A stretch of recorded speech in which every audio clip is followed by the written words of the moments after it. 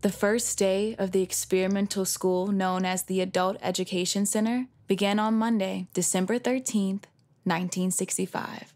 The staff and students had waited anxiously for that day to come.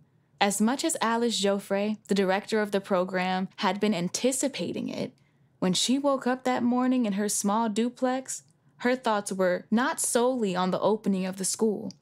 Like many of her students, a large portion of whom were working mothers, she had a family, a big family, to worry about. Clothes needed to be ready, necessary notes written, books gathered after the weekend, last-minute homework completed, and lunch money doled out like any other Monday. There was always a missing sock or shoe or child to be located, a misplaced pen or pencil to be found, or an unresolved squabble to be settled. Even though the children of the students and the director knew how excited their mothers were about the first day, it did not cross their minds to question if their mothers were scared or apprehensive. The majority of the Adult Education Center students were Black, and their kids had no idea their mothers were about to embark on a journey that would alter civil rights history in New Orleans and the country. The 431 Exchange presents Exchange Place: How a Small, Struggling School Transformed Civil Rights in New Orleans and the Nation. Exchange Place is the story of a school whose mission was to train mostly African American women the skills they needed to integrate the secretarial offices of the Deep South between 1965 and 72. Those offices were not just segregated. For the most part, they were completely off limits to women of color, and many were fighting to ensure the workplace would stay that way for years or decades to come. The first season of the podcast tells the inspirational biographies of 4 of the school's graduates who changed the moral skyline of their city, how they did it, and how the school's teachers and supporters struggled to overcome the massive forces arrayed against them.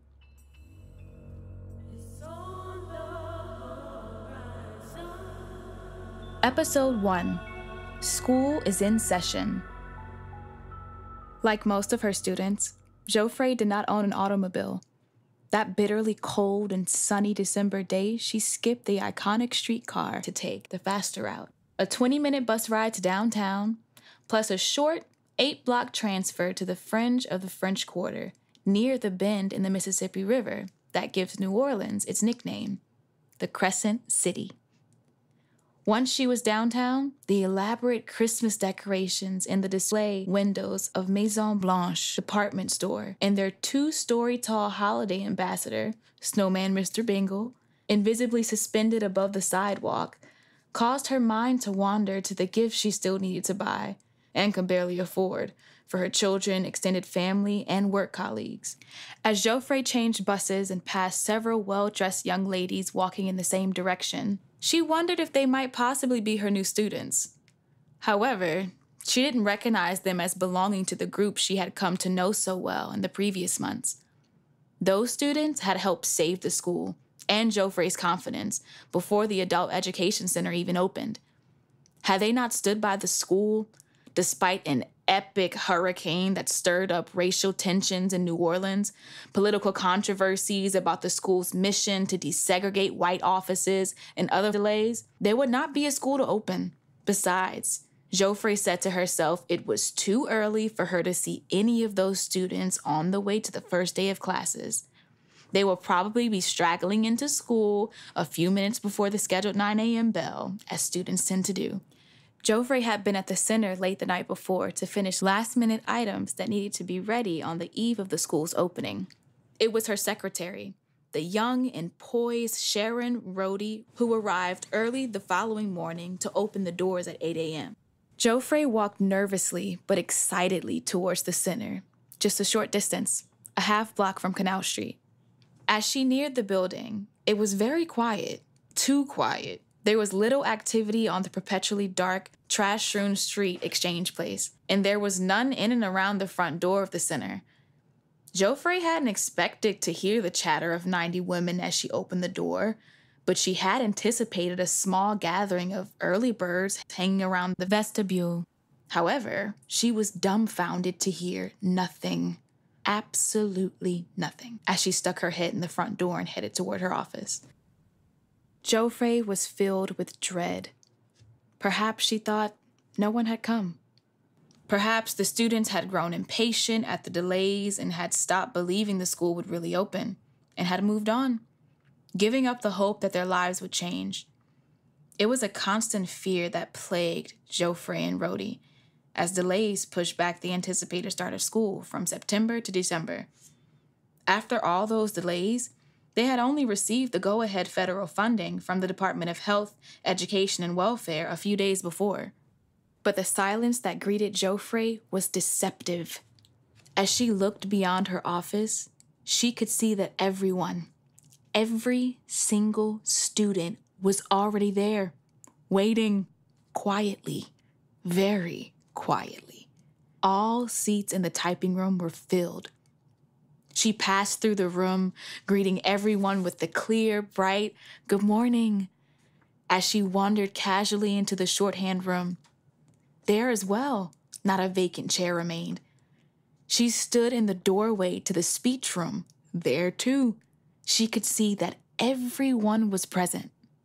When the students had come in that morning, well in advance of the arrival hour, Rhodey had greeted each one. She was familiar with every name and student profile. She handed each student their master schedule and a schedule for each day of the week. Everything was planned down to the minute. Rhodey directed each student to first punch her time card, a procedure the school used as a rehearsal for their future jobs. Then she instructed them to find their homeroom and sit down in a seat, any available seat, to await the bell. Each student prepared their own name card and was encouraged to write one word or two on the card that would help their fellow students remember them by. For instance, "Love to design my own clothes." All of this was done as quietly as possible, with Rhodey helping those who needed assistance. Joffrey and Rhodey found out later that each student was so excited to be there, so eager to get started, so afraid she might not measure up, they didn't utter a sound. In fact, one student thought if she said a word, the center and everyone in it would just disappear into thin air. Student Lorkid Favor Thomas sat anxiously in the typing room. Thomas described herself as an angry young woman when she arrived at the center. Her family's home had been destroyed 3 months earlier in Hurricane Betsy. Many African Americans believed that the levees in their neighborhoods were allowed to flood to save white ones downriver. She was angry because she could not afford to attend college. After graduating from high school with perfect grades, she discovered that the good jobs available to women with a high school diploma were not open to women of color. As one of the younger students in the room, she was fed up with Jim Crow and the Deep South's other laws and customs. The overcrowded schools and tattered textbooks, all that had prevented her from acquiring an education equivalent to her white counterparts, but had somehow not diminished her desire for it, or a well-paying job with benefits where she could thrive. As the founders, faculty, and students of the Adult Education Center well knew, the opening of the school, the opening to opportunities in the job market in the 1960s for African American women was not inevitable. Recent changes in laws prohibiting discrimination in the workplace did not equate to changes in a society whose hearts and minds were bitterly divided by barriers of caste and color. The opening of the Adult Education Center and the ultimate success of its graduates was the result of an extraordinary effort on the part of many people, especially the students themselves. Exchange Place is a story of how these students and their teachers brought their city together to make changes that were generations overdue. Changes that challenged a legacy of white supremacy. The main argument of the podcast is that the school was successful because it made heroic efforts to foster an environment of mutual respect within its walls, and then project that understanding into the greater business community. It is part of the argument that this was possible because the school reflected the diversity and resiliency of the New Orleans African American community. By telling the story of what was considered a radical experiment for its time, it is the author's hope that Exchange Place can provide lessons for our society today, a society where progress on civil rights is still not inevitable and we are still bitterly divided around race. On that first day of school, the majority of the Adult Education Center students arrived having put everything on the line to attend. They were in their seats long before the official start time because despite all the obstacles, delays, and setbacks to the school's opening, they had waited so long for an educational opportunity like it to appear. They were there not only for themselves, but for their own mothers, who had never had such an opportunity. And they were there for the children they had gotten off to school that morning, kids whose future depended on their success. When the bell rang at 9 o'clock, the center's first students were ready, more than ready. That concludes episode 1 of Exchange Place, School is in Session. Please join us for episode 2.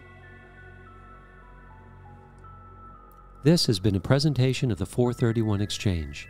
We're a nonprofit organization dedicated to adults seeking to transform their lives through continuing education. We invite you to learn more about us by going to our website at www.431exchange.org. To hear more inspiring stories, please sign up for our newsletter. Thanks. Copyright 431 Exchange LLC, 2022.